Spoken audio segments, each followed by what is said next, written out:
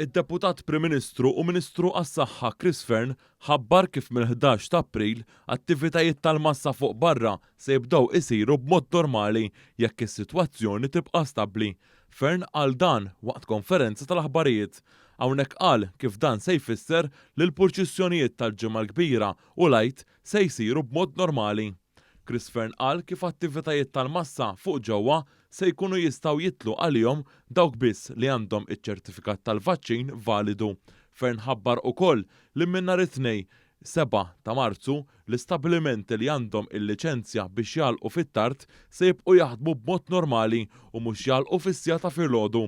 Fern spjega aktar mill-pjan ta' rilaxx parti mill-ħruġ ta' pajjiżna mill-pandemija. Id-Deputat Prim Ministru qal kif mis-7 ta' Marzu se titneħħa l-kwarantina għal kuntatti primarji ma' persuni bil-COVID-19 dan meta persuna ikollha ċertifikat tal-vaċċin validu.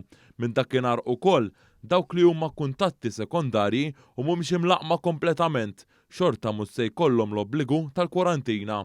Għal dawk li mhux imlaqma u li huma kuntatti primarji mis-7 ta' Marzu il-kwarantina se tinżel għal 5 ijiem mill-14 il-ġurnata. Hawnhekk intqal li jrid jittieħed test qabel tispiċċa il-kwarantina.